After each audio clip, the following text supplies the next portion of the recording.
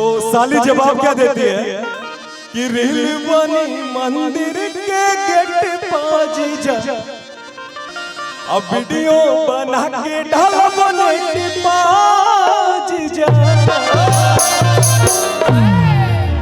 अच्छा यहाँ पे जीजा जी है क्या? सब लोग कोई ना कोई का जीजा ही होगा। आपके जीजा है? अरे वाह। और साली तो दो ही दिख रही है ना, तो बुलेट पे घूमी अपने जीजा के साथ? अच्छा घूमी होंगी तो बताएंगे नहीं क्योंकि दीदी के पास वीडियो चला जाएगा, है ना? तो साली बोलती क्या है कि रील बनी मंदिर के गेट पाजी जा, अब वीडियो बना के ढाला बुलेट पाजी जा। आवे के भैया फास्ट में 1 2 1 2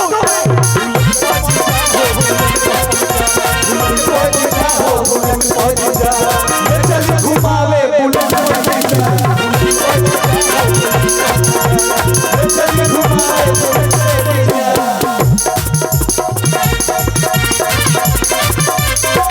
हमारे भैया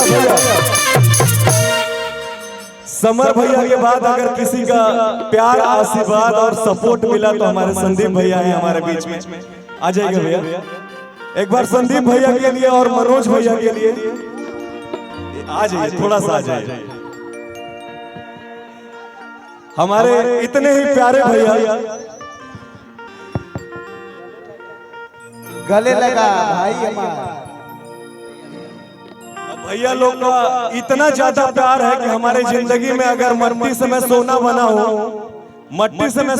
हो तो समर भैया और यहाँ के सारे लोग जितने भी बड़े गार्जियन हैं उन लोग की वजह से बना। तो कहना क्या है कि बुलेट बाजी जाओ, चलिए घुमावे बुलेट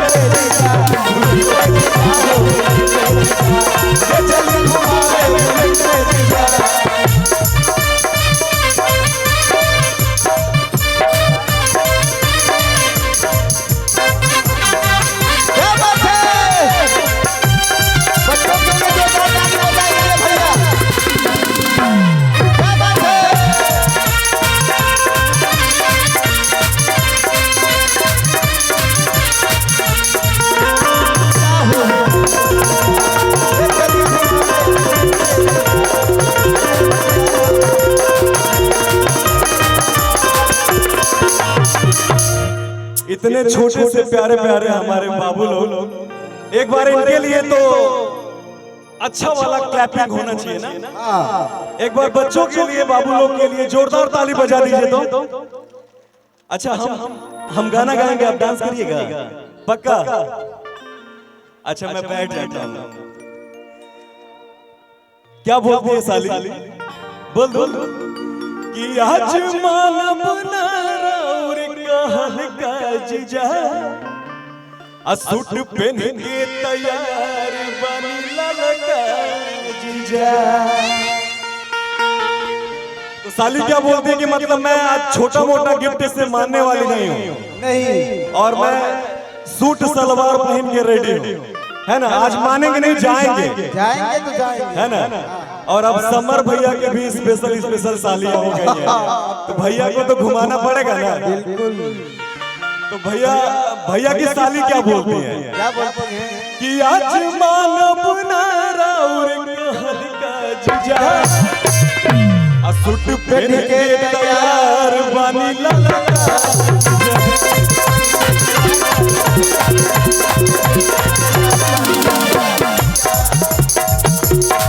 भैया जावेद भैया तो कहेगा का बाबा मान बना हम चॉकलेट बेच जा, मान बना हम चॉकलेट बेच जा, चौमिना चाट के पलट पाज जा, बुलेट पाज जा बुलेट पाज जा बुलेट पाज जा, ले चली घुमावे बुलेट पाज जा, ले चली घुमावे बुलेट पाज जा।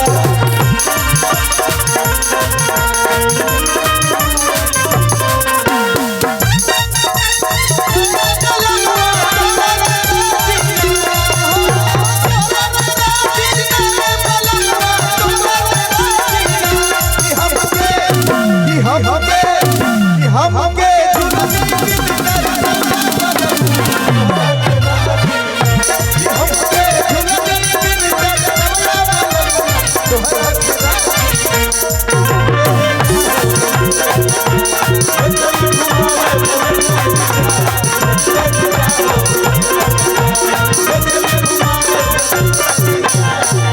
भैया ये तो मेरे घर का कार्यक्रम है और मेरे बड़े भैया का तिलक है आज, अर्पित भैया का, जो कि हम लोग बचपन से ही साथ में पढ़ाई लिखाई करके और आज सबका अपना अपना फील्ड बच गया है।